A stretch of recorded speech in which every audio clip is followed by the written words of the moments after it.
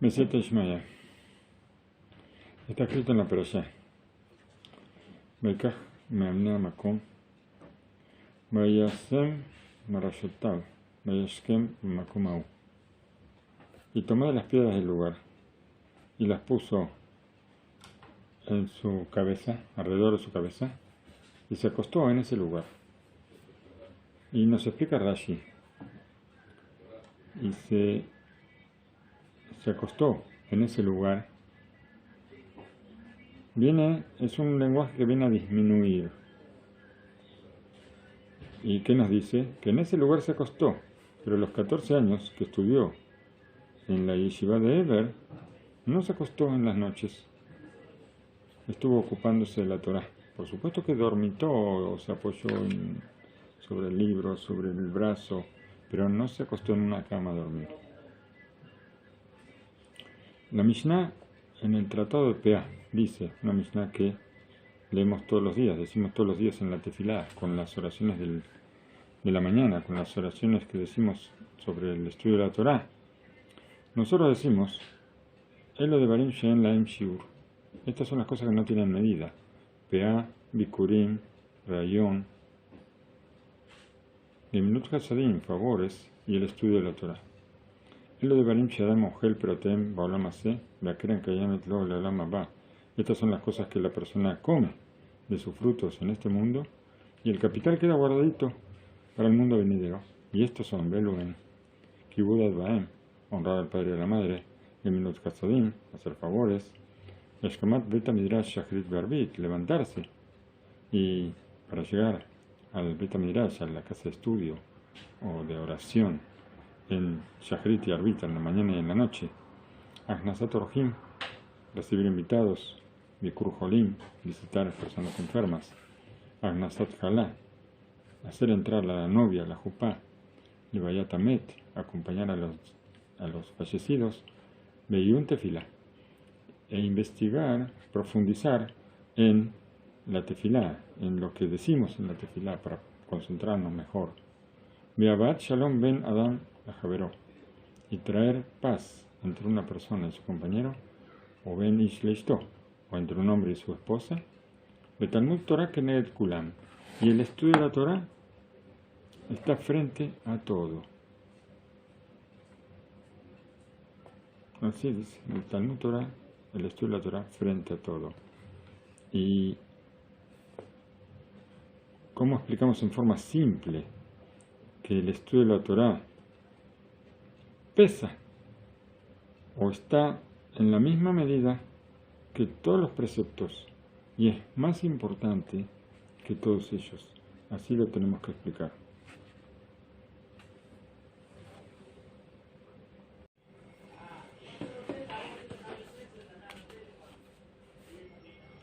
Pero, aparte de todo esto, tenemos que saber que nuestros sabios, ellos también tuvieron la intención de decirnos, cuando dijeron esto en la Mishnah, el Talmud Torah Keneged Kulam, y el estudio de la Torah está frente a todo, que la Torah tiene todo. ¿Qué significa esto, que la Torah tiene todo?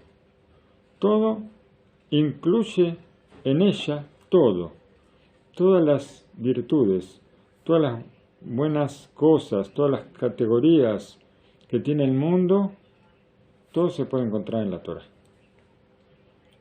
Y a pesar de esto, a pesar de que cada palabra de estudio de Torah tiene el peso o tiene el valor, el mismo valor o más valor que todos los preceptos, y a pesar de que la Torá, nuestra sagrada Torá, incluye todas las buenas cualidades, con todo esto hace falta fortalecernos, hace falta fortalecer a las personas en el estudio de la Torá.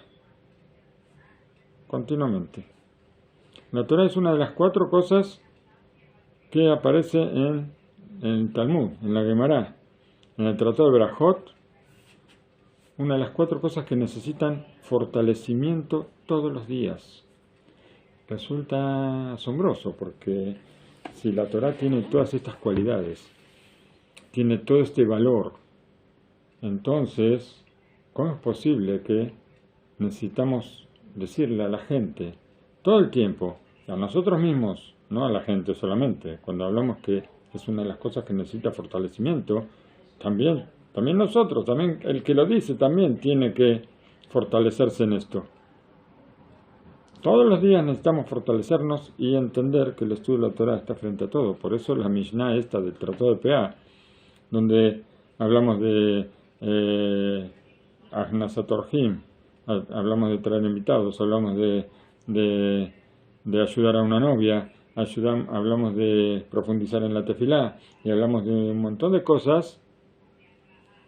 También decimos Talmud Torah Keneged Kulam para recordar el valor de la Torah. Y sobre esto podemos ver muchas cosas de nuestra perashá. Es sabido que la venta de Yosef, no es en esta perashá, es más adelante, pero tiene que ver con lo que vamos a hablar ahora. La venta de Yosef provocó que la divinidad se aparte de Jacob. ¿Por qué? Porque Jacob estuvo de duelo. Y cuando una persona se pierde la alegría, Hashem se separa, simplemente. Durante 22 años, él hizo duelo por su hijo, Yosef, y la divinidad se apartó de él. Y nuestros sabios dicen que esos años están frente a los 22 años que Jacob estuvo en la casa de Labán, fuera de la casa de sus padres, y no cumplió un precepto, el precepto de honrar al padre y a la madre, en esos 22 años. Me van a decir, en la casa de Labán estuvo 20 años, no 22, estuvo 20 años, pero supuestamente debe ser el tiempo hasta que viajó y volvió, y bueno, no sé. Así los sabios nos dicen 22 años estuvo fuera de la casa de Isaac. En realidad no estuvo 22 sino 36, ya vamos a ver. Pero los 22 años que Yosef, que él hace luto por Yosef, hace duelo por Yosef, se corresponde con los 22 años que él estuvo fuera de la casa de Isaac y Rivka. Y surge la pregunta, el padre y la madre, ellos lo enviaron fuera de la casa. Nosotros sabemos, estuvimos en la perashá anterior, en Toledot, ¿cierto? Sí, en perashá Toledot, estudiamos que Rivka escuchó por profecía que Esab dijo que cuando lleguen los días de duelo por el padre, cuando muera Isaac, él lo va a matar a Jacob. Ella escuchó y le dijo a Jacob que se vaya. Ella le ordenó a Jacob que se vaya. Y cuando Esab se casa con las hijas de los kenanitas y con las hijas de Ismael, entonces Rivka le dice a Isaac, le dice, si Jacob se casa con las chicas de Ismael, de Canaán, ¿qué va a ser de mi vida? ¿Para qué vivo? En ese momento Isaac lo llama a Jacob y le dice que se vaya a la casa del cuñado de Labán para casarse con una de las chicas de la familia. O sea que él sale por orden del padre y de la madre. La madre que le dijo que se escape y el padre que le dijo que vaya a casarse. O sea que se va a la casa de Labán por orden de ellos. Y también hay una cuestión de salvar la vida. Como ya vemos que Esab lo quería matar. Entonces, ¿por qué recibe un castigo por esto? Es una pregunta. ¿Qué motivo hay para que reciba castigo por haberse ido de la casa de los padres? Primero, va ordenado por los mismos padres. Los padres le ordenan que se vaya. Y segundo, bueno, hay peligro de vida, o sea que se puede llegar a justificar el hecho de que él se vaya a la casa de los padres. Aunque nuestros sabios preguntan por qué eh, él eligió trabajar 7 años por Rachel. Podía haberle dicho a Labán, trabajo 5 minutos por Rachel. Podía haberle dicho. También Rivka le dijo que se vaya por un tiempo corto hasta que se le pase la furia a Esab, y no 20 años. Bueno, pero no es el caso. Vamos a ver. Nosotros vemos que frente a los 22 años que estuvo en la casa de Labán, él tuvo que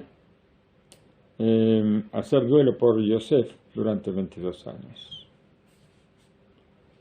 Y la pregunta ya la hicimos, ¿por qué recibe un castigo por esto? Y la respuesta, la venta de Yosef, el sufrimiento que tuvo Jacob porque la divinidad se aparta, no vino como un castigo por el hecho de no haber cumplido el precepto de honrar a los padres durante 22 años, porque no vamos a decir que corresponde un castigo por esto.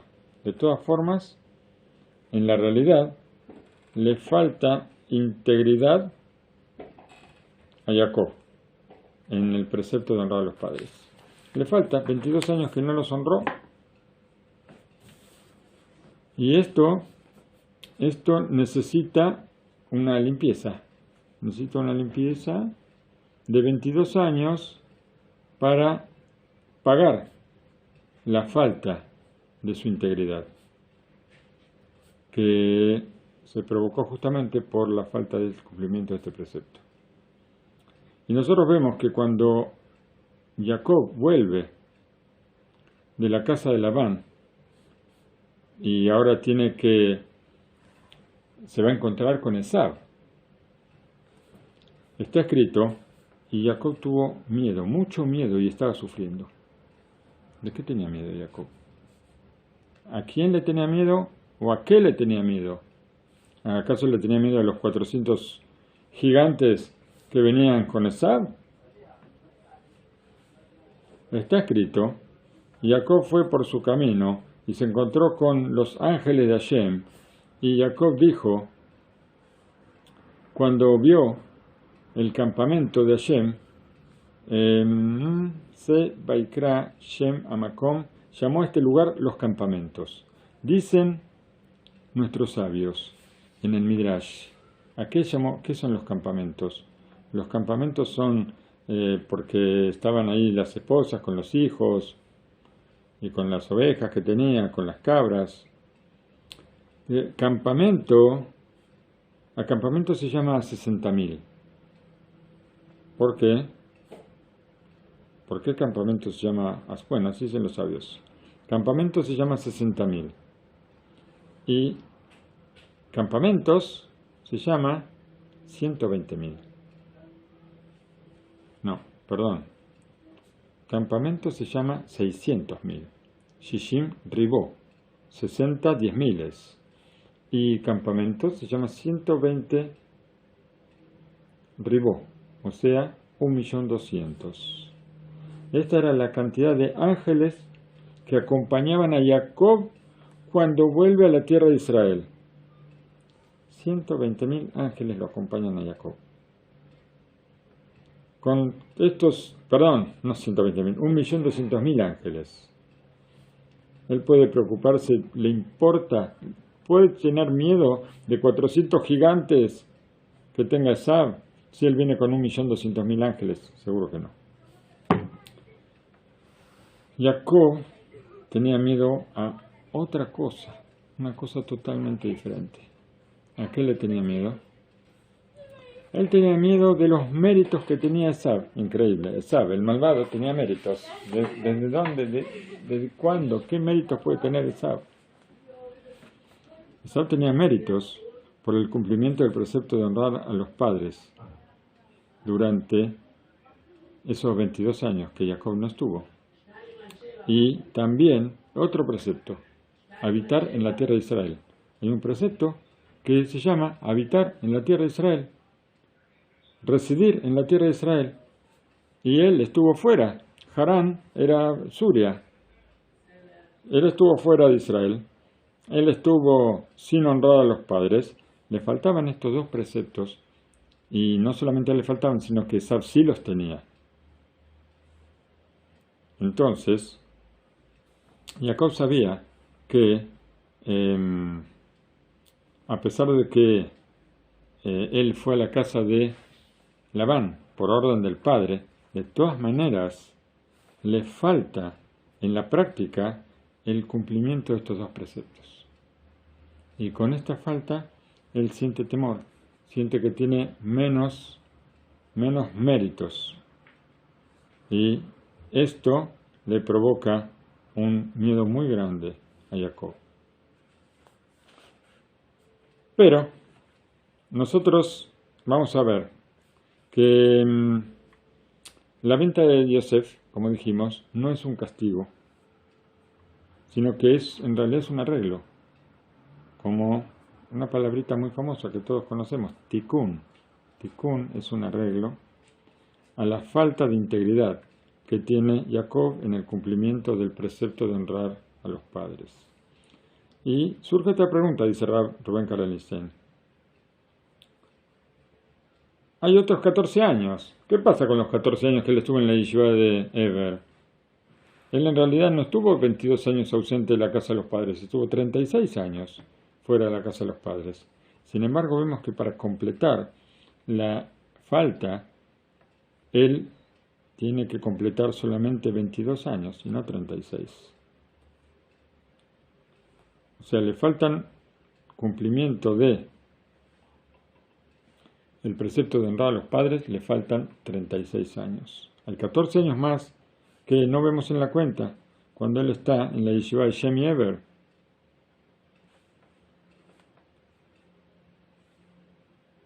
Y si decimos que la venta de Yosef viene como si nosotros pensaríamos que es un castigo por no haber cumplido el precepto de honrar a los padres, entonces podríamos entender por qué fue castigado, por qué no fue castigado en esos 14 años que estudió Torah. ¿Por qué? Porque Talmud Torah Keneged Kulam, la Torah está frente a todo.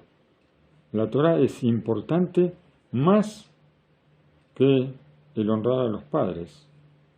O sea, en precepto, ¿no es cierto? No es que yo voy a dejar de honrar a mis padres para estudiar Torah, Hasbe Shalom, hacer un pecado para cumplir un precepto, eso no hacemos, pero cuando ponemos en la balanza de que él estuvo fuera de la casa y estuvo estudiando Torah, entonces, de acuerdo a lo que nosotros explicamos, que la venta de Yosef viene a completar una integridad que falta, en la práctica ahí no falta integridad. Cuando él está estudiando Torah, la Torah incluye todo, incluye también todos los preceptos. También incluye honrar al padre y a la madre.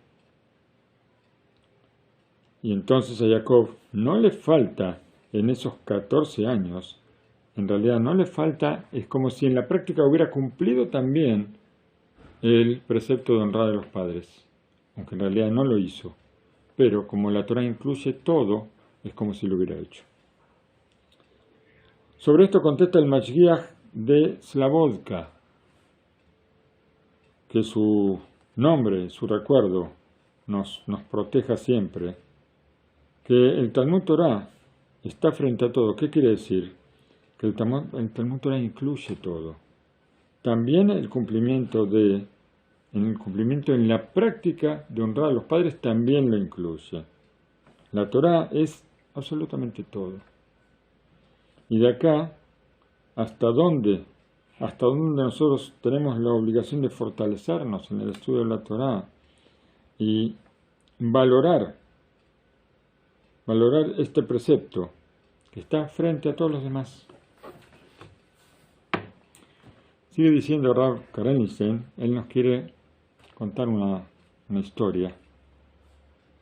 donde nosotros podemos aprender algo de lo que significa otro de los preceptos con respecto al estudio de la Torá, el fijar un tiempo para el estudio de la Torá. Nosotros tenemos, muy simple, nosotros tenemos todos los domingos a las 9:30 hora de Israel, o sea, a las 9:30, 8, 1:30, domingo a la hora de la comida, a la hora del almuerzo, 1:30 de la tardecita, tenemos este estudio fijo. Entonces, ¿cuál es la importancia de fijar el estudio, de fijar un tiempo para el estudio? Esto aparece en el libro, esto me lo contó, dice Rav Karelitsen, el Rav Ludmir, de una red de cursos de Torah. Cuenta que el abuelo, así cuenta el Rav, el abuelo, él vivía en Sfat, la ciudad de los cabalistas, y tenía ahí un negocio que vendía de todo un poco, colbo quiere decir que vende todo. Todas las mañanas, el abuelo de este Rav, él hacía tefilat batikim es la tefilá que se hace con la salida del sol, o sea que la amidá, se comienza la tefilat amidá con la salida del sol, en el Betagneset del Arizal, del Ari Kadosh. Y después de la tefilá, él se sentaba a estudiar durante 3 horas con talit, con tefilín, no se sacaba, y esto era una ley que no cambiaba nunca. Todos los días, después de tefilá, 3 horas se quedaba en el Betagneset estudiando con talit, tefilín. Shabbat tal vez se iba a la casa, tal vez se quedaba solamente con talit, porque tefilín no usamos. Y acá era un tiempo de estudio que no se tocaba absolutamente para nada. Y esto todos los días, y pase lo que pase, él estudiaba Torah todos los días. 3 horas después de la tefilá. En verano, esto terminaba relativamente temprano. ¿Por qué? Porque en verano el sol sale muy temprano. Y entonces, tefilá 1 hora más o menos, y después 3 horas, tempranito ya está en el negocio. Pero en invierno, él terminaba bastante tarde. ¿Por qué? Porque la salida del sol también era más tarde, y eso implicaba que todo se corría hacia adelante. A pesar de todo, él estaba 3 horas en la sinagoga, no se movía de ahí. Estas horas para él eran Kodesh Kodashim, santidad de santidades. Y no había posibilidad de moverlas para nada. Tal cual como una pared que sale de la tierra y que tiene cimientos profundos, no se mueve, tal cual él no movía estas horas de estudio. Bien, uno de esos días él decidió comprar una cantidad grande de mercadería, eran como unos hilos de oro, que se le presentó para comprar a un precio muy, pero muy bajo. Y él hizo un cálculo, que podía vender estos hilos a un precio muy alto, 8 veces el precio que había comprado, era el precio que estaba en el mercado, el precio que todo el mundo vendía estos hilos, y él los compró muy baratos, y con esto iba a tener un sustento con mucho honor y con mucha bendición. Pero lo que pasó en la práctica, que el negocio se estancó un poquito. ¿Por qué? Porque los hilos estos de oro le quedaron en el negocio, estaban ahí en el negocio durante meses y meses, y no había demanda, nadie pedía esto. ¿Por qué? Porque la gente de esto que era un pueblito en ese tiempo, Sfat era un pueblito, eran todos pobres, y a nadie se le iba a ocurrir comprar hilos de oro. no era un producto que entrara en el presupuesto de ninguna persona. Y bueno, se despertó una sospecha muy pesada de que el negocio tal vez no iba a poder seguir. ¿Por qué? Porque empezó a tener deudas. A pesar de que esto lo compró muy barato, pero cuando la mercadería no se mueve, entonces es un problema. Y él estaba dispuesto a vender todos estos hilos al precio que los había comprado, inclusive. ¿Para qué? Para que el negocio siga trabajando, para cubrir la inversión que había hecho. Pero tampoco había compradores, ni siquiera al precio de compra. Un día, a la mañana temprano, llegó al negocio del abuelo un árabe que vino del Líbano, relativamente cerca de Sfat. Estamos hablando de hace muchos años, ¿no? Cuando había supuestamente, si estamos hablando del abuelo de este rabino, supuestamente estamos hablando de hace muchos años atrás. Bueno, este árabe llegó a la casa del abuelo y le contó a la abuela que él quería ir al negocio a comprar algo y encontró todo cerrado. ¿Y qué necesita?, le preguntó la abuela. Escuché que ustedes tienen una cantidad muy grande de hilos de oro. Yo necesito esto en forma urgente. Así le contestó. Sí, es cierto, lo que usted escuchó es correcto, dijo la abuela.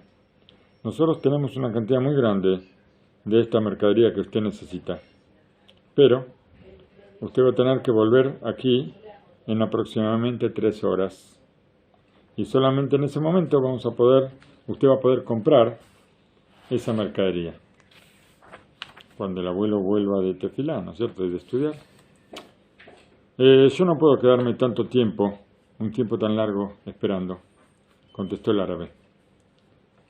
Yo tengo que volver al Líbano. Y la caravana, o sea, estamos hablando hace mucho tiempo, y la caravana mía va a salir dentro de 2 horas del pueblo que está aquí al lado. La abuela mandó rápido a la hija que corra a la sinagoga y que le cuente al abuelo sobre este asunto urgente que de repente apareció. Minutos más tarde volvió la hija a la casa y corriendo dijo, le conté al abuelo, le conté a papá, era el papá de él, era el papá de ella, es el abuelo de este rabino que está contando la historia. Le conté a papá todo el relato y él me dijo que te diga que va a llegar a casa a las 10 de la mañana, o sea, a las 3 horas. La abuela, ella ya sabía desde un principio cuál era la respuesta. Ella misma corrió a la sinagoga y le dijo al abuelo lo siguiente. Querido esposo, yo quiero hacer contigo un pacto. Yo estoy seguro que el pacto va a ser bueno también para Hashem y también para nosotros. Yo sé muy bien que tú tienes un tiempo fijo de estudio todas las mañanas de 3 horas, después de la tefilá. Y que no importa lo que pase, pero ese tiempo es sagrado. Y yo sé también que estas 3 horas son santidad de santidades para ti. Tú no las cambias por nada. Pero esta vez no hay alternativa. Tú sabes muy bien la situación difícil que estamos atravesando. Y, como escuchaste, este árabe puede solamente ahora él puede comprarnos estos hilos de oro. No más tarde, solamente ahora. Él no puede esperar hasta que tú vuelvas del estudio. Por eso, vamos a hacer un pacto entre los dos, vamos a hacer un negocio entre los dos. Una vez tú vas a resignar tu tiempo fijo de estudio, pero lo vas a pagar a un precio muy alto. Por cuanto que anulaste 3 horas de estudio esta mañana, durante 3 meses nuestro negocio va a estar cerrado con candado. 3 meses te vas a sentar en la casa de estudio, en la yeshiva, día y noche estudiando. Mira qué negocio, un buen negocio, vale la pena este negocio. Anular 3 horas y estudiar a cambio 3 meses. El abuelo pensó un instante y dijo, no, yo no acepto este negocio. ¿Y ahora qué hacemos?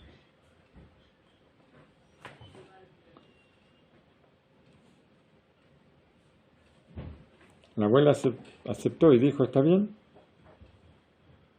yo acepto tus palabras, pero de todas formas, yo te pido que me expliques por qué no quieres aceptar esto. Yo te digo cosas con un motivo. ¿Y por qué tú te niegas? Yo estoy ofreciendo 3 meses a cambio de 3 horas. 3 meses de estudio continuo a cambio de 3 horas. Y el abuelo contestó, querida esposa, es muy difícil para mí explicarte el motivo de mi negación. No lo vas a entender, pero créeme que yo sé muy bien lo que estoy haciendo. La abuela, una buena mujer buena construye su casa, dice Shlomo Melech, y acepta la opinión de su esposo, se fue a la casa.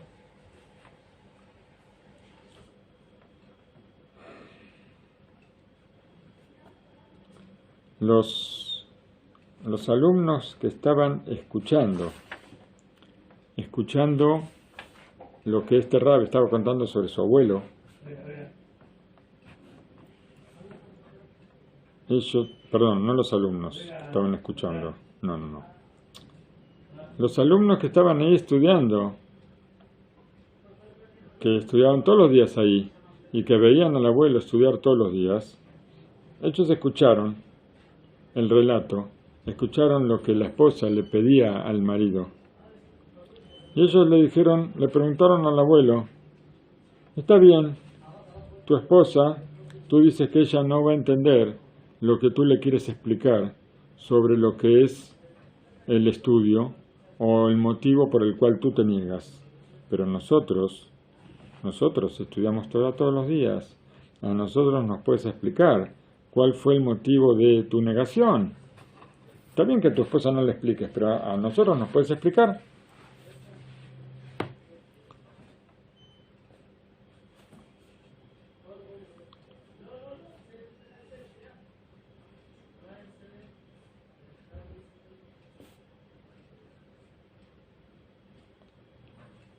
Dice así el abuelo a los chicos que estaban, a los alumnos que estaban ahí estudiando. Aparentemente sería una cosa muy buena anular 3 horas de estudio y ganar 3 meses de estudio. Sería un negocio muy bueno. Y más todavía, yo ya estudié 1 hora. Entonces, ahora voy a anular solamente 2 horas y voy a ganar 3 meses. Y todos los pensamientos que podamos hacer van a dirigirse a una sola cosa. Acá está metido el Yetzer Hara, el instinto del mal. El instinto del mal es el que me propone este negocio. Y el instinto del mal está muy contento que yo anule estas 3 horas que yo estudio todos los días. ¿Por qué? Vamos a decir que el Yetzer Hará acepta que yo estudie todos los días 3 horas, acepta mi continuidad.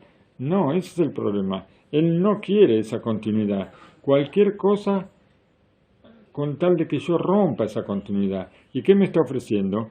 Me está ofreciendo que yo estudie 3 meses, con tal de que rompa mi continuidad.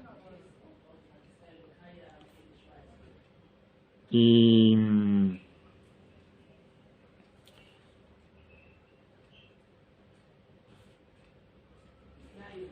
qué vamos a decir? Él ve que todos los demás comerciantes de la ciudad, todos ya abrieron sus negocios. Y solamente mi negocio está cerrado. ¿Y qué pasa? ¿Por qué está cerrado mi negocio? Porque yo estoy estudiando Torah.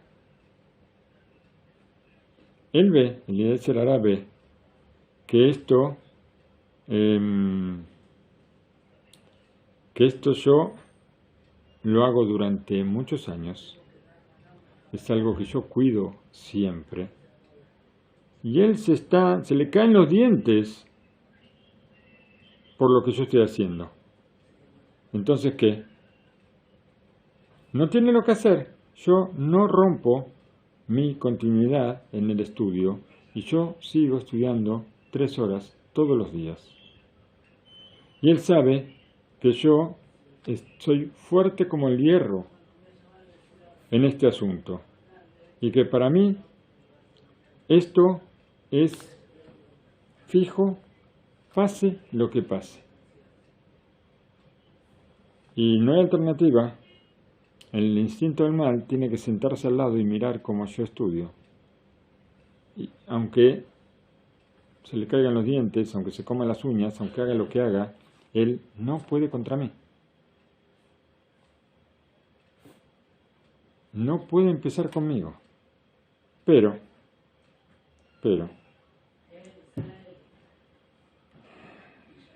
cuando él ve que mi continuidad no se rompe por nada, entonces él busca la forma de abrir un agujerito por ahí.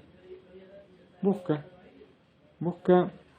una cosa pequeña, muy pequeña, donde poder romper eso. Y él está esperando ese momento pequeño, ¿para qué? Para entrar. ¿Por qué?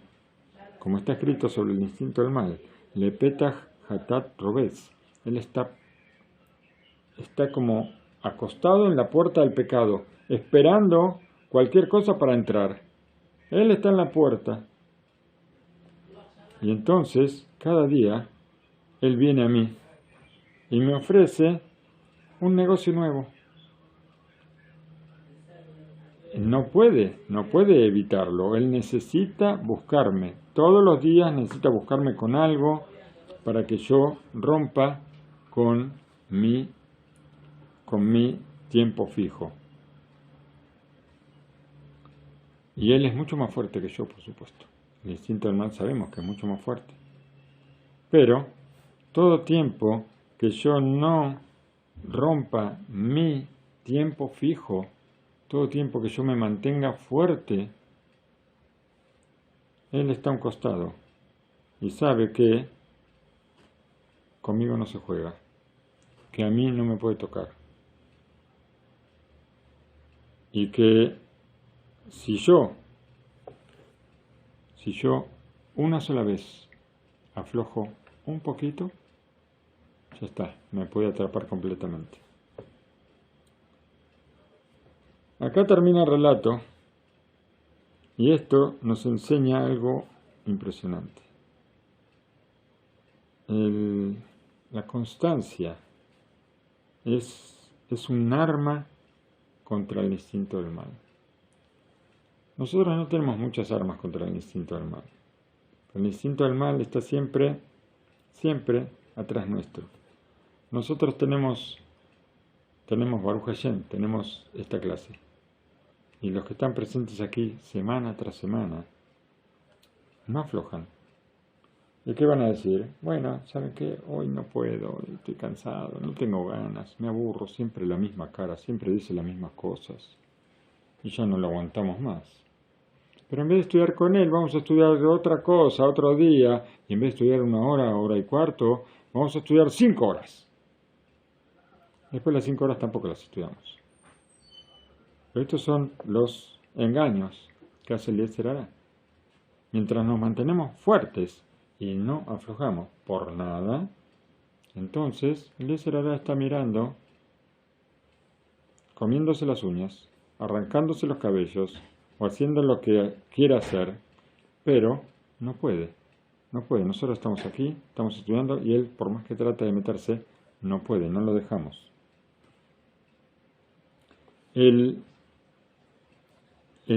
La continuidad lo hace explotar al Yetzer Hará. Y está escrito, si él es una piedra, se desintegra. Si él es de hierro, se explota, se dobla. Frente a lo que es fijo, levanta las manos y dice, me rindo, yo no puedo, no tengo lo que hacer. Tal vez él va a buscar, pero si nosotros nos mantenemos firmes, tiene que quedarse a un lado calladito. De paso, tenemos que contar cómo terminó la historia, porque que este hombre se fundió, porque finalmente él no abrió el negocio. El árabe tenía que irse en la caravana, se volvía al Líbano.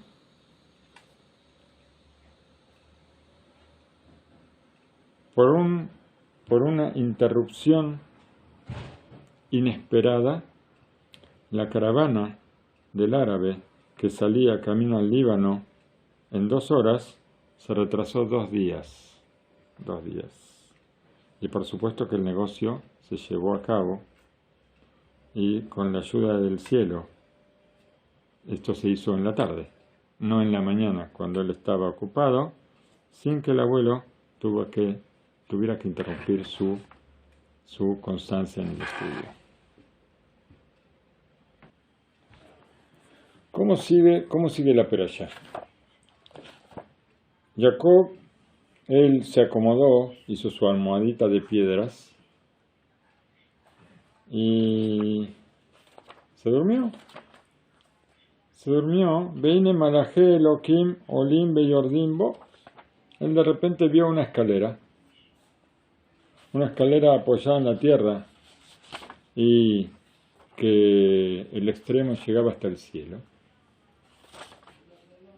Y por la escalera los ángeles de Hashem subían y bajaban.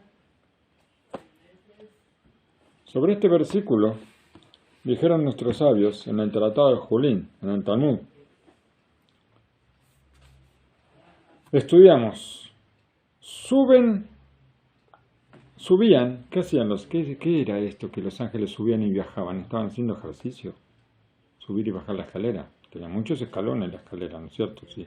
Desde la tierra hasta el cielo.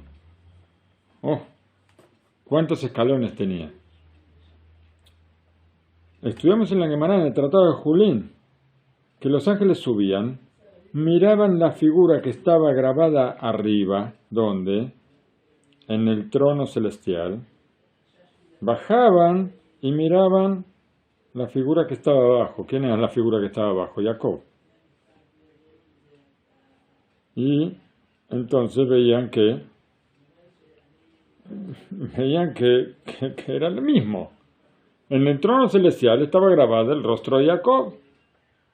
Y decían, ellos subían, miraban, bajaban. Es el mismo, no puede ser. ¿Qué pasa acá? ¿Qué hace la figura de este hombre grabada en el trono celestial? Y ellos prácticamente querían pegarle a Jacob. ¿Por qué? Por envidia. Envidia de que la figura de Jacob estaba grabada en el cielo. Enseguida, Hashem se le presenta a Jacob. ¿Para qué? Para cuidarlo de los ángeles que querían dañarlo a Jacob. Los ángeles, nosotros sabemos, los ángeles no, ¿cómo se les puede ocurrir dañar a Jacob? Los ángeles no pueden hacer nada que Hashem no les ordene. ¿Qué pasa acá? ¿Cómo es esto? ¿Envidia? Los ángeles no tienen envidia, los ángeles no hacen negocios, los ángeles no tienen amor, no tienen odio, no tienen nada. Los ángeles, son robots de Hashem. Hashem les ordena cosas y hacen. ¿Qué es esto de que los ángeles subían, bajaban, veían, querían dañarlo a Jacob? ¿Qué es todo esto? No entendemos. No sé si lo va a preguntar acá el Rab. Pero se me ocurre pensar, sabemos que los ángeles son como muñecos de Hashem. Y hacen lo que Hashem les ordena y nada más, sin preguntar, sin protestar, no están cansados, no cobran salario, nada. Ellos hacen lo que Hashem les ordena y punto. Sigue diciendo el Talmud. Y si lo dice el Talmud, es cierto, nosotros creemos en esto, uno de los 13 principios de la fe. Los ángeles subían, veían ahí la figura de Jacob en el trono celestial. Bajaban y veían que este era Jacob, el mismo, y estaba ahí durmiendo tranquilamente.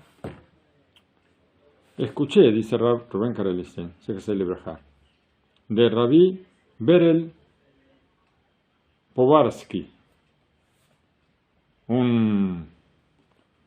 dice que es una explicación terrible, así lo llama, terrible. Vamos a ver. Los ángeles ven a Jacob que está durmiendo.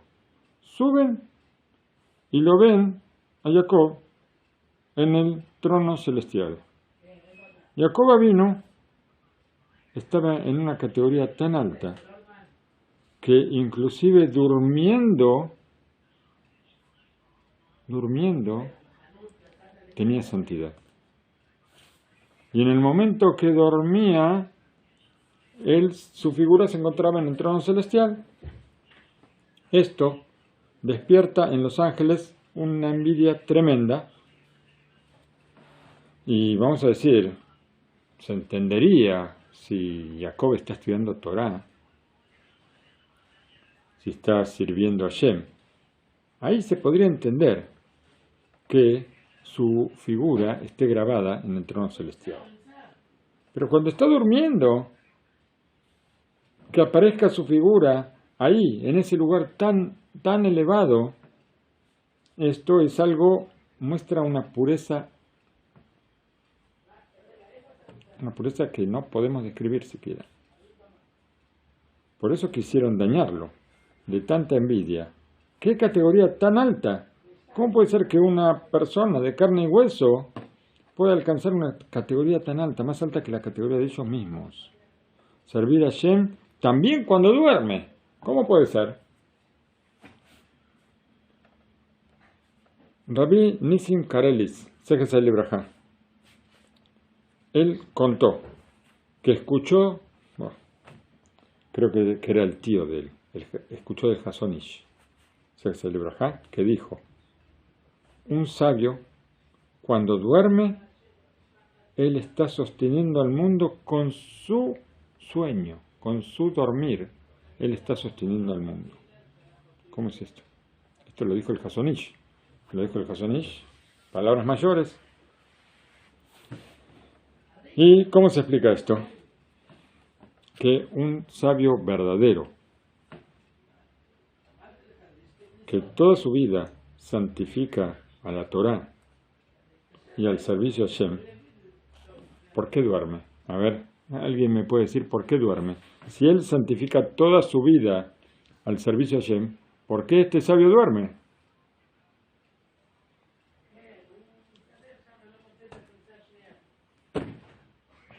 Nadie me dice por qué duerme.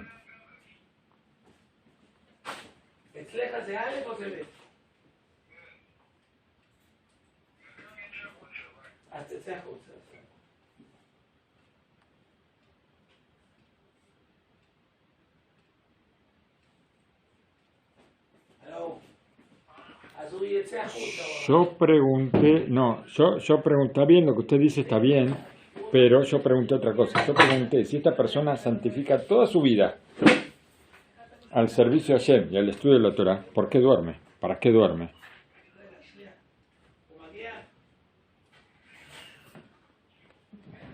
Y es una persona, tiene que dormir, seguro que sí, seguro que tiene que recobrar fuerzas. No es un ángel, no es un ángel que puede estudiar 24 horas y puede hacer servir a en 24 horas. Es una persona, toda persona tiene que dormir. Está escrito en la Guemará, creo que dice, que si una persona dice que no durmió 3 días, no le creemos. Sobre Jacob está dicho que no durmió 14 años. No que no durmió, sino que no durmió en una cama. O sea que él, en el extender, ahí donde estaba estudiando, seguramente apoyó la cabeza y se durmió. Pero no se acostó en una cama a dormir. Pero que durmió, seguramente durmió. Un sabio verdadero, que toda su vida la santifica a la Torá y al servicio a Hashem, ¿por qué duerme? Porque tiene que dormir. No puede estar despierto toda la vida, seguro que no. Ahora sería mucho mejor estudiar, ¿no es cierto? Pero no tiene alternativa. Sin dormir no puede estudiar. Si él no se acuesta a dormir, se va a quedar dormido estudiando. Y punto. No puede seguir despierto todo el tiempo. Por eso su sueño es parte del estudio de la Torah. El tiempo que él duerme, ¿para qué duerme? Para recobrar fuerzas. No duerme porque la almohada está linda, porque hace frío y me voy a tapar con la manta y voy a estar calentito en la camita. No, él duerme, ¿para qué? Para recobrar fuerzas y seguir estudiando. El Stapler, cuentan sobre el Stapler que él estudiaba 36 horas seguidas. 36 horas seguidas y después dormía 10 horas, 8 o 10 horas. Y después otra vez, 36 horas seguidas estudiaba. Y cuando no se sentía muy bien, no estudiaba 36 horas, estudiaba 24 horas. Esto era Stapler, el padre de Raúl Chaim Kanievsky. Bueno, pero acá estamos hablando de una persona que estudia y tiene que dormir para recobrar fuerzas. El tiempo que duerme es parte del estudio, porque ¿para qué duerme? Para poder seguir estudiando. Entonces ese tiempo también es parte del estudio. Me contó un estudiante que una vez fue a la casa de un Rosh Yeshiva. Fue a la casa de un Rosh Yeshiva, golpeó la puerta y la esposa le abrió y le dijo, no puedes entrar, el Rosh Yeshiva está preparando ahora una clase. Así le dijo la esposa.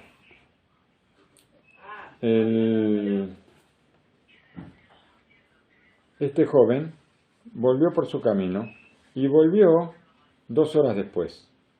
Cuando entró, le dijo el Rosh Yeshiva, ay, perdóname, escuché que estuviste acá en casa, que viniste a buscarme, simplemente estaba durmiendo en ese momento. Por eso no pude recibirte. Sí, tartamudeó este estudiante.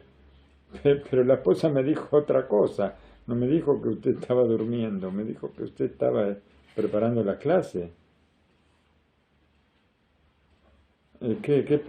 Perdón, no le llegó a decir todo. Le dijo, sí, pero su esposa me dijo, así le dice, todo tartamudeando. ¿Qué pasa? ¿Qué pasa? Pregunta el Rosh Yeshiva. ¿Qué es lo que pasa? Le pregunta el Rosh Yeshiva. La Rabanit dijo que yo estaba preparando una clase. ¿Eso te dijo? Sí, es cierto, eso me dijo. Bueno, un tiempo yo le dije que yo estaba cansado, muy cansado, y que no podía yo dar una clase. Me fui a descansar y ese sueño me permitió preparar la clase que iba a dar. ¿Qué significa que estaba preparando la clase? Yo tenía que dar una clase y estaba muy cansado y no podía dar la clase. Cuando dormí, preparé la clase. ¿Qué significa preparar la clase? Descansar para obtener fuerzas y poder dar la clase. Esto es dar la clase. Por eso vemos que el sueño es parte del estudio y parte del servicio a Hashem. ¿Por qué? Porque tenemos que dormir. Quiere decir que todas las cosas que nosotros hacemos, por supuesto, si yo ahora necesito comer algo porque no comí todo el día, y entonces necesito comer algo, ¿por qué? Porque ahora tengo que dar una clase dentro de un rato y no puedo seguir sin comer. Entonces, esto que voy a comer ahora es parte de la próxima clase que voy a hacer, porque si no, no podría dar la otra clase, si necesito tomar algo. Bueno, la diferencia está en si yo voy a comer algo para alimentarme o me voy a hacer una comida de un rey con entradas, dulces, salidas, comidas, una cervecita, un vino, un poquito de acá, un poquito de allá, postres, está todo completo. Y como yo soy argentino, mate también, ¿no es cierto? Pero si yo hago eso, a esto no puedo decir que yo estoy preparando una clase con eso. Yo estoy comiendo. O sea, ahí estoy comiendo. Pero si yo estudio como algo para juntar un poquito de fuerzas, descanso un poco para juntar fuerzas, esto se llama también parte del estudio. Si yo me dedico a comer y me dedico a dormir y la almohada está muy linda y me doy vuelta para un lado y me doy vuelta para el otro, eso no se llama que estoy preparando una clase. El versículo, yo quiero agregar algo, pero no sé si lo va a decir ahora. Vamos a decir si lo dice. Si no lo dice, lo voy a agregar sobre el tiempo que uno a veces duerme. Vamos a ver. Está escrito en el versículo, en el Sefer Shmuel, Vener Elohim Terem Ichve Ushmuel Shohev Behal Hashem Asher Sham Aron Elohim. En el Sefer Shmuel está escrito que la luz, la vela de Hashem, se está por apagar y Shmuel estaba acostado en el santuario de Hashem, donde estaba el armario, donde estaba seguramente el Sefer Torah. Y pregunta la Gemara en el Tratado de Kedushim, ¿cómo es posible una cosa así? Que Shmuel estuviera acostado en el santuario de Hashem. Está escrito que solamente los reyes, o sea, solamente los descendientes de David podían estar sentados en ese lugar que era como el patio del Bet HaMikdash. Solamente los que eran de la casa de David. Y Shmuel no era de la casa de David. Pero, dice la Gemara, que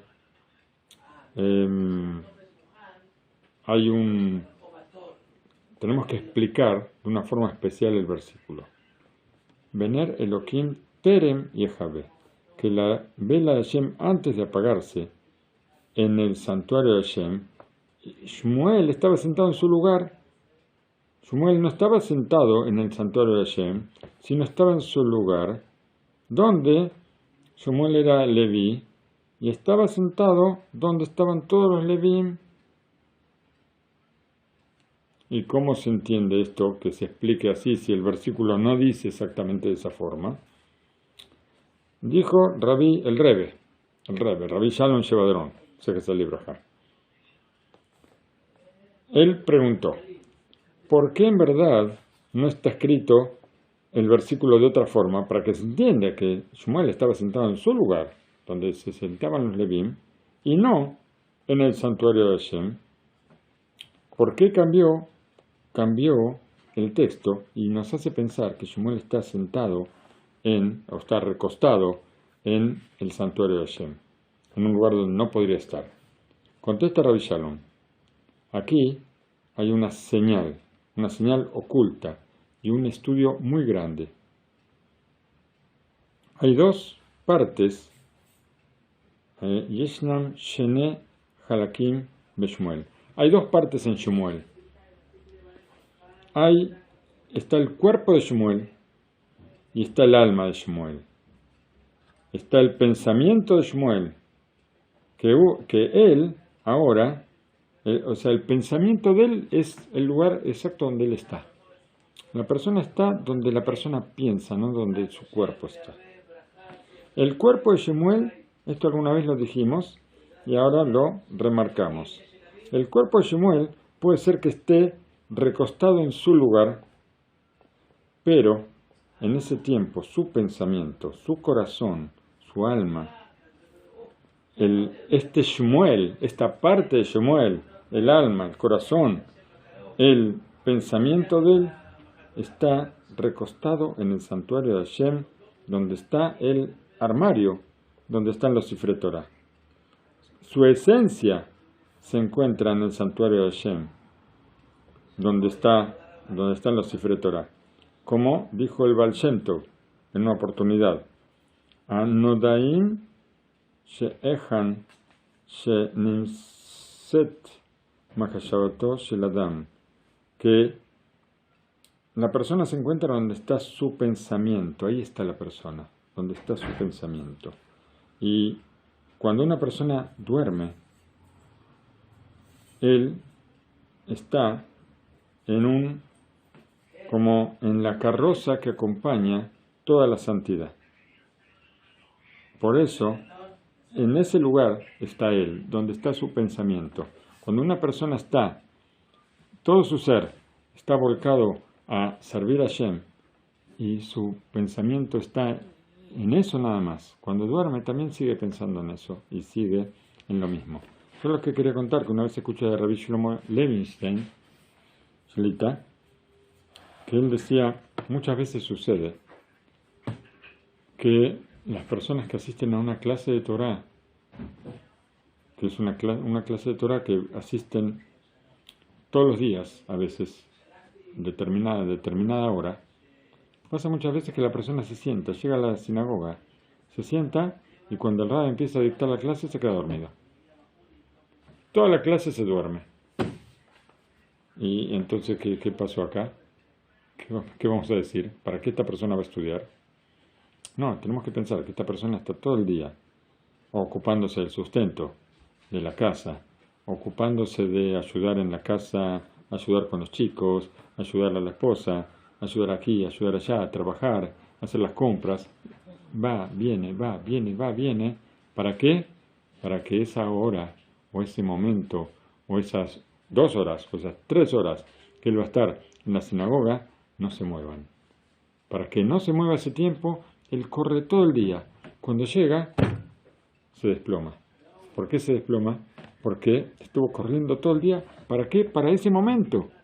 Para ese momento corrió todo el día y ahora se desploma y vamos a decir, uy, ¿y entonces para qué sirvió todo? Sirvió todo, aunque está escrito en el Pirkei Avot, está escrito que hay cuatro condiciones de la persona con respecto a la casa de estudio o a la sinagoga. Dice, el que va y hace, el que va y no hace, el que no hace y va, y el que no va ni hace. Esta persona va y no hace, pero tiene el premio por ir. ¿Sí? No es como ir y hacer, pero también tiene una parte importante de recompensa. También está la persona que todo el día se ocupa, uno va a decir, uy, pero yo estudio solamente 1 hora por día, o 1 hora por semana, o media hora por día, y no estudio más tiempo. ¿Y qué va a hacer? ¿Esto sirve para algo? No. Si yo todo el día yo estoy pensando en ese momento que yo voy a estudiar, y estoy preparando todo para ese momento en el que yo voy a estudiar, entonces todo el día, todo lo que yo hago en el día, que lo hago para ese momento, las 24 horas se consideran que estoy estudiando Torah. ¿Por qué? Porque todo lo que yo hago es para que ese momento sea inamovible, no se mueva en absoluto. Ese momento es Kodesh Kodashim, como estudiamos con ese abuelito que tenía ese negocio, que para él esas 3 horas eran santidades. Si yo me fijo un tiempo de estudio y ese tiempo no lo cambio por nada, y todo lo que hago alrededor lo hago para que ese tiempo no se mueva, entonces es como que todo lo que estoy haciendo durante todo el día es para eso, también es parte del estudio.